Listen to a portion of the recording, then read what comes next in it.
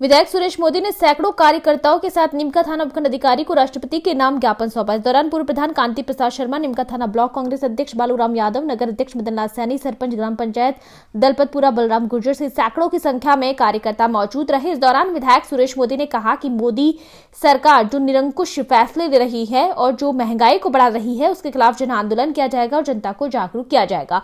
ये जो धरना प्रदर्शन का सिलसिला है, ये रुकने वाला नहीं है, ये विशाल रूप लेगा। जब तक केंद्र सरकार इससे बाज नहीं आएगी तब तक नहीं रुकेगा। अब आगे हर ग्राम पंचायत, हर ढाणी में महंगाई के खिलाफ प्रदर्शन किया जाएगा और लोगों को महंगाई के खिलाफ खड़ा किया जाएगा और मोदी सरकार को सबक सिखाएंगे, जैसा किसान आंदोलन में किसानों ने केंद्र सरकार को सिखाया। इस दौरान निमका थाना के पाटन के सैकड़ों कार्यकर्ता मौजूद रहे। अखिल भारतीय कांग्रेस कमेटी के निर्देश पे महंगाई के खिलाफ धरना और प्रदर्शन निमका थाना में आयोजित किया गया है। पूरे दोनों ब्लॉकों के सैकड़ों कार्यकर्ता इस धरना प्रदर्शन में शामिल हुए और सबने एक संकल्प किया है कि मोदी सरकार जो ये निरंकुश फैसले ले रही है और बेतहाशा महंगाई को बढ़ा रही है, इसके खिलाफ जन आंदोलन किया जाएगा, जनता को जागरूक किया जाएगा। और ये जो धरना प्रदर्शन का सिलसिला है, ये रुकने वाला नहीं है, ये विशाल रूप लेगा और जब तक मोदी सरकार इससे बाज नहीं आएगी तब तक नहीं रुकेगा। हम लोग अब अगले कदम के रूप में हर पंचायत में, हर गांव में, हर ढाणी में जाएंगे और महंगाई के खिलाफ जनता को खड़ा करेंगे और मोदी सरकार को सबक सिखाएंगे, जैसा हिंदुस्तान के किसान भाइयों ने सिखाया था। सारे किसान भाई सड़कों पर उतरे थे और हर वर्ग ने उनका सहयोग किया था। भले ही से उसमें 750 लोगों की शहादत हुई, लेकिन हम भी कोई शहादत देने में और जेल जाने में पीछे नहीं हटेंगे और भारत सरकार को बाध्य करेंगे कि वो इस महंगाई को कम करे। लालसोट में डॉक्टर अर्चना शर्मा की मौत का मामला तूल पकड़ता जा रहा है। निमका थाना में शुक्रवार को तीसरे दिन भी चिकित्सकों का विरोध जारी रहा। अस्पताल में चिकित्सकों ने कार्य का बहिष्कार जारी रखा तो वहीं केवल इमरजेंसी सेवाएं जारी रही, जिससे मरीजों को काफी परेशानी का सामना करना पड़ा। मरीजों को इलाज के अभाव में इधर उधर भटकना पड़ा। वहीं निमका थाना अखिल राजस्थान सेवारत चिकित्सक संघ निमका थाना एवं इंडियन मेडिकल एसोसिएशन निमका थाना की ओर से उपखंड अधिकारी ब्रजेश गुप्ता को ज्ञापन सौंपकर आरोपियों के खिलाफ सख्त कार्रवाई करने सहित अन्य मांगों को लेकर ज्ञापन सौंपा। इस दौरान डॉक्टर हरबंस कुमार गोयल, आईएमए अध्यक्ष निमका थाना, डॉक्टर राजेश कुमार जहांगीर, आईएमए सचिव block B CMHO doctor Ashok Yadav, PMO doctor JS Tanwar, doctor LN Jatoliya, doctor SR Dayma, doctor Subhash Saini, doctor BS Sharma सहित अनेक सरकारी एवं निजी चिकित्सक मौजूद रहे। अभी दौसा में जो घटना घटित हुई है, महिला चिकित्सक ने जो आत्महत्या करी है, उस संबंध में आज हमने यहाँ पे एसडीएम साहब को अपना ज्ञापन प्रस्तुत किया है और हमने सरकार से मांग करी है कि जो भी दोषी हैं इसमें, चाहे वो पुलिस वाले हैं या चाहे उकसाने वाले हैं, उनको चिन्हित किया जाए और उनके ऊपर कठोर कार्यवाही की जाए तथा भविष्य में ऐसी घटना की पुनरावृत्ति नहीं हो, इसके लिए कठोर कानून की मांग हमने सरकार से करी है। उम्मीद करते हैं कि मुख्यमंत्री महोदय इसको संज्ञान लेंगे और हमें न्याय दिलाएंगे। धन्यवाद। अरिस्दा की उपखंड स्तरीय शाखा एवं इंडियन मेडिकल एसोसिएशन की निमका थाना शाखा ने के प्रबुद्ध चिकित्सक गणों ने आज यहाँ कार्यालय में उपस्थित होकर लालसोट दौसा के अंदर जो डॉक्टर अर्चना जी के साथ हुआ, उसके संबंध में यहाँ ज्ञापन प्रस्तुत किया है और भविष्य में इस प्रकार की घटनाओं की पुनरावृत्ति नहीं हो, इसके लिए कठोर कानून की मांग उन्होंने की है। साथ ही साथ दोषियों को पर कड़ी कार्रवाई के लिए उन्होंने ज्ञापन प्रस्तुत किया तो सक्षम स्तर तक भिजवाएगा। चिर सुहाग की कामना के लिए हाथों में गणगौर लेकर ईसर गौरा के गीत गुनगुनाती हुई नवविवाहित महिलाएं तथा युवतियां गणगौर पूजन कर रही हैं। सुबह महिलाएं व युवतियां प्रातः काल में ही स्नान कर सुंदर वस्त्र तथा आभूषण पहनकर सिर पर लोटा लेकर बाग बगीचों में जाकर हरी हरी दूब और फूल सजाकर गणगौर के गीत गाती हुई घर आती है। इसके बाद दोपहर में गणगौर के लिए दूध और पानी लेकर आती है तथा इसके बाद गणगौर को पानी पिलाया जाता है। रात्रि को सिर पर मिट्टी का घड़ा रखकर उसमें दीप जलाकर घुमाया जाता है व शाम को युवतियां गणगौर की बिंदौरी निकालती है। गणगौर कार्यक्रम में नीतू शर्मा, पिंकी देवी, पूजा, निशा, काजल, सोनल, नेहा, तनु, परी, पलक सहित अनेक युवतियां मौजूद रही।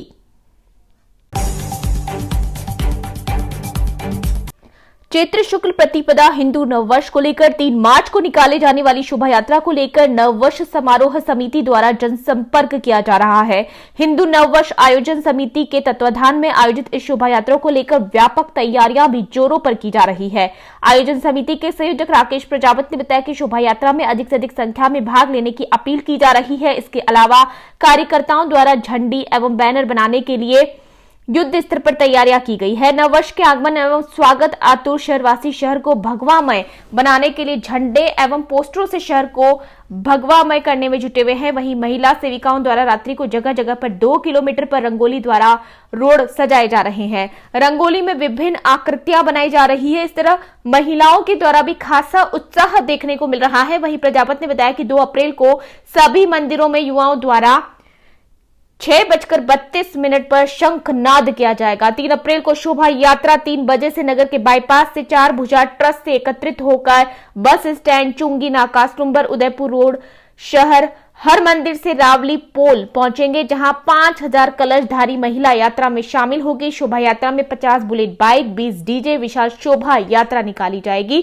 शोभा यात्रा के दौरान विभिन्न प्रकार की झांकियां आकर्षण का केंद्र रहेगी। सलूमबर के सभी नगरवासियों को भारतीय नववर्ष की हार्दिक शुभकामनाएं। नववर्ष तो हम प्रतिवर्ष मनाते हैं, लेकिन इस वर्ष का जो नववर्ष है, नववर्ष का उत्सव मनाया जा रहा है, वो हमारे लिए बहुत ही खास है। और वो इसलिए खास है क्योंकि हमारी वर्षों की प्रतीक्षा अब पूरी हुई है, क्योंकि अयोध्या में श्री राम मंदिर का निर्माण हो रहा है। इसलिए इस वर्ष का जो उत्साह है वो अलग ही देखने मिल रहा है।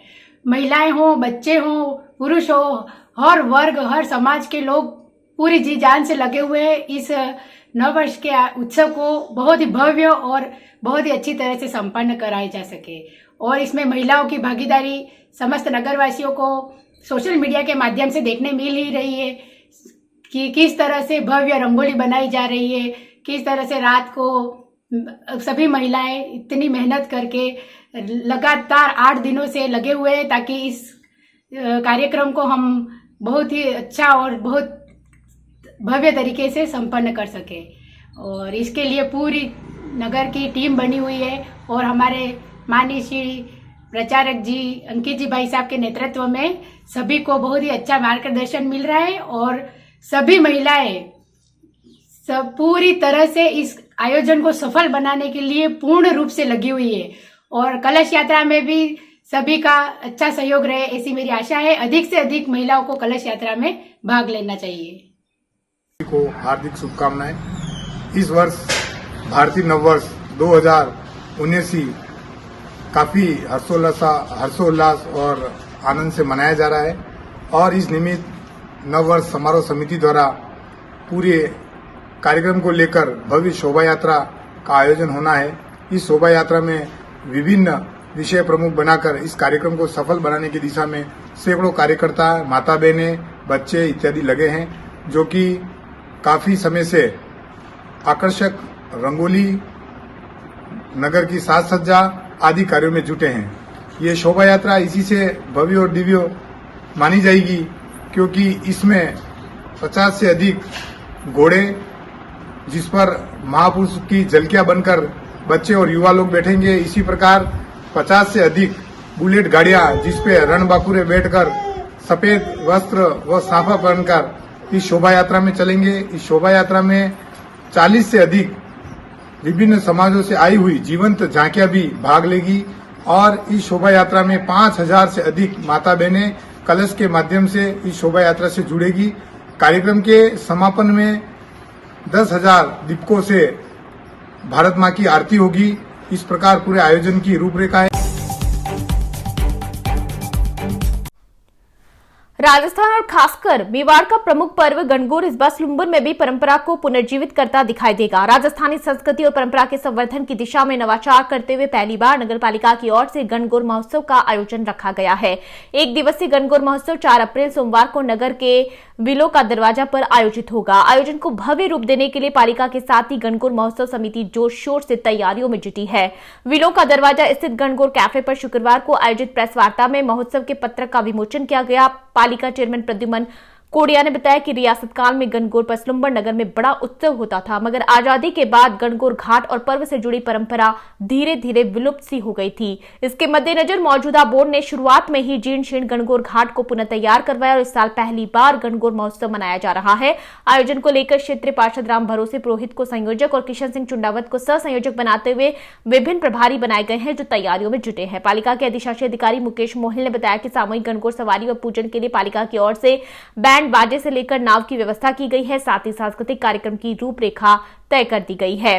इधर गणगौर महोत्सव समिति के मीडिया संयोजक बिहारी लाल पुरोहित ने बताया कि पूर्व सांसद रघुवीर मीणा, सांसद अर्जुन मीणा, विधायक अमृतलाल मीणा बतौर अतिथि शामिल होंगे। अध्यक्षता चेयरमैन प्रद्युमन कोडिया करेंगे। 4 अप्रैल को प्रातः 7 बजे गणगौर घाट पर गायत्री परिवार द्वारा हवन से महोत्सव की शुरुआत होगी। शाम 4 बजे गांधी चौक से गाजे बाजे के साथ शोभा यात्रा के रूप में विभिन्न समाज की गणगौर सवारी निकलेगी। शोभा यात्रा पुलिस चौकी राम द्वारा किशन पोल होकर पंचमुखी हनुमान मंदिर पहुंचेगी, जहां 5 बजे पंजीकृत महिलाओं को नाव के जरिए गणगौर घाट पर ले जाकर गणगौर पूजन कराया जाएगा। वहीं शाम 6 बजे सरोवर आरती होगी। इसके बाद कुंभलगढ़ के राजस्थानी लोक कलाकार विभिन्न नृत्य व गायन प्रस्तुति देंगे। पुरोहित ने बताया कि राजस्थान की कठपुतली कला भी मरणासन की ओर है। इसे संरक्षित करने की दिशा में इस कला का समुचित प्रचार और प्रदर्शन आवश्यक है। ऐसे में पपेट शो से मनोरंजन के साथ ही कठपुतली कला को भी संबल मिलेगा। रात 8 बजे गणगौर घाट से भव्य आतिशबाजी होगी। इसके बाद पुनः सांस्कृतिक कार्यक्रम होंगे। आयोजन सैरिंग तालाब पर होने से दक्ष तैराक सहित सुरक्षा के अन्य उपाय सुनिश्चित किए गए हैं। बिहारी लाल पुरोहित, मीडिया संयोजक, गणगौर महोत्सव समिति सलूम्बर। जैसा कि आपको विदित है, 4 अप्रैल को देश की आज़ादी के बाद पहली बार नगरपालिका की ओर से भव्य आयोजन गणगौर महापर्व का किया जा रहा है, जिसके तहत सवेरे 7 बजे गायत्री परिवार की ओर से हवन यज्ञ होगा गणगौर घाट पर। उसके पश्चात शाम 4 बजे गांधी चौक से शोभा यात्रा निकलेगी। उसमें विभिन्न समाजों की गणगौर उसमें शामिल होगी। गणगौर में शामिल होने वाली महिलाओं को चूनड़ वेश में शामिल होने के लिए आग्रह किया गया है। वहीं पुरुषों को चूनड़ साफे के साथ सांस्कृतिक लुक देते हुए उपस्थिति दर्ज कराने के लिए आग्रह कर रहे हैं। साथ ही जो कि ये कार्यक्रम सैरिंग तालाब और इसके किनारों पर हो रहा है, तो सुरक्षा की दृष्टि से दक्ष तैराक और अन्य सुरक्षा के उपाय भी किए गए हैं। गणगौर सवारी में शोभा यात्रा में शामिल होने के लिए अब तक 2 समाजों से 11 गणगौर और 50 से अधिक महिलाएं पंजीकृत हो चुकी है, जो कि यह इस स्थानीय सरोवर स्नान घाट से गणगौर घाट तक की यात्रा नाव में करेगी। उसी में गणगौर भी विराजित होगी और वहाँ गणगौर घाट पर गणगौर को पानी पिलाने और अन्य पूजन के पश्चात यहाँ लौटेंगे पंचमुखी हनुमान। और यही व्यायामशाला के नज़दीक बहुत ही भव्य रंगमंच तैयार किया जा रहा है, जहाँ विभिन्न राजस्थानी लोक नृत्य और गायन प्रस्तुत किए जाएंगे। वहीं प्रमुख आकर्षण का केंद्र पपेट शो रहेगा, जिसमें कठपुतली कला को स्थानीय राजस्थान के कलाकार प्रदर्शित करेंगे।